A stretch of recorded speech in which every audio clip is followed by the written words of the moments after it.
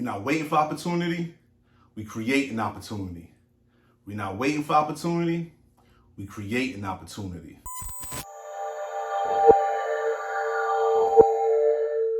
Do you trust the process? Do you trust the process?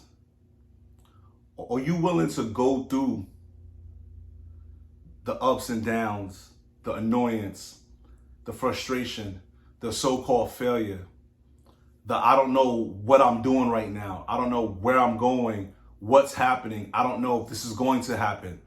Are you ready to go to the physical, mental, and emotional conditioning to get to your goals and visions?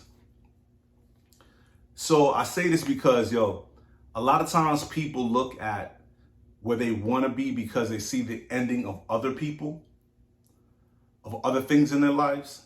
So you may see the fruits or the pay of people who are in basketball, football, actors, singers, I don't know, business tycoons, entrepreneurs, people who do stock trading, people who do real estate, people who flip homes, people who talk about buying and selling homes. And what I think happens is people actually get lost and infatuated with the idea of being that. Like, oh, they have a nice car, they got a nice house, oh, they were able to buy this and flip that and sell and make these kind of figures, right? They calm with that. They're like, yo, that's what I want.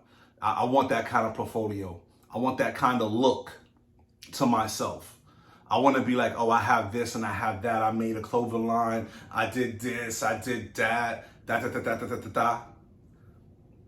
Because you see the ending of someone who had to start, or people who had to start from this vision and idea and go through all the struggles and hardships and the no's before they got to the end of where they're reaping the benefits and the rewards of their labor, of their personal labor, of their struggle, of their story, of their fight, of going through their process.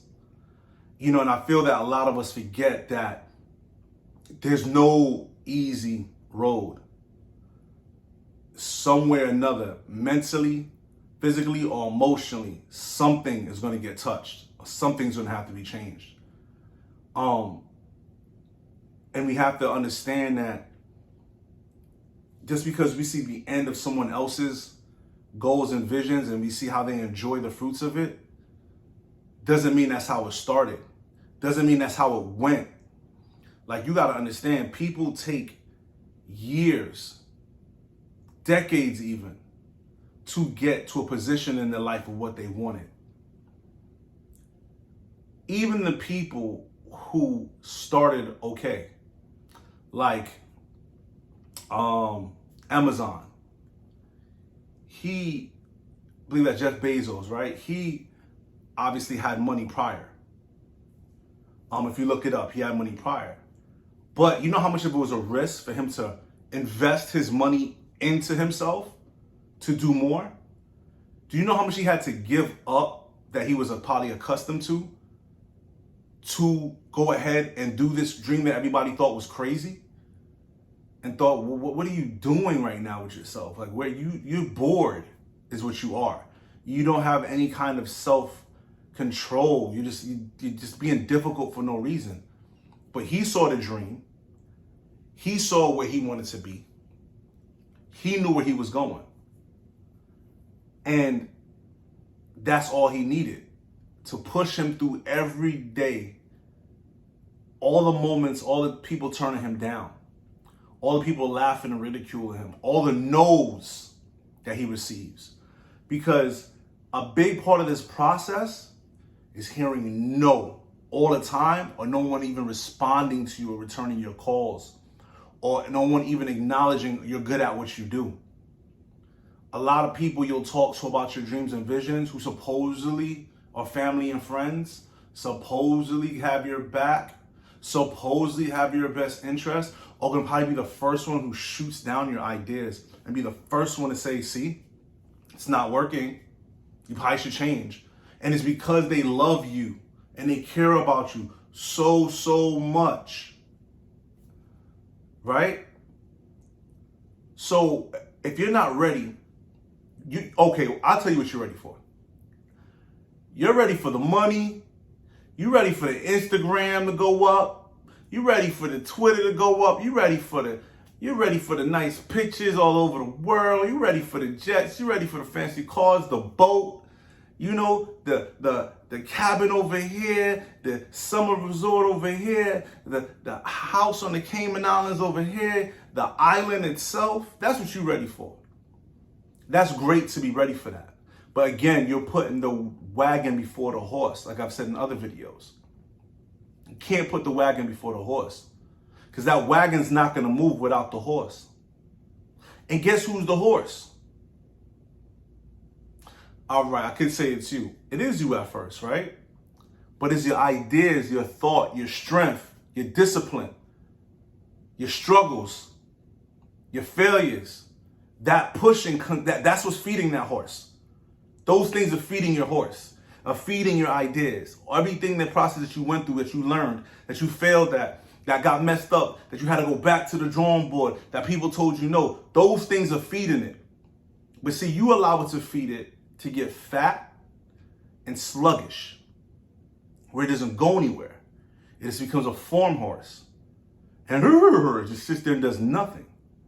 Compared to you feeding that horse so it can run faster and longer, or can walk the distance where you need it to get to pull this wagon, so you can fill this wagon up with what you want.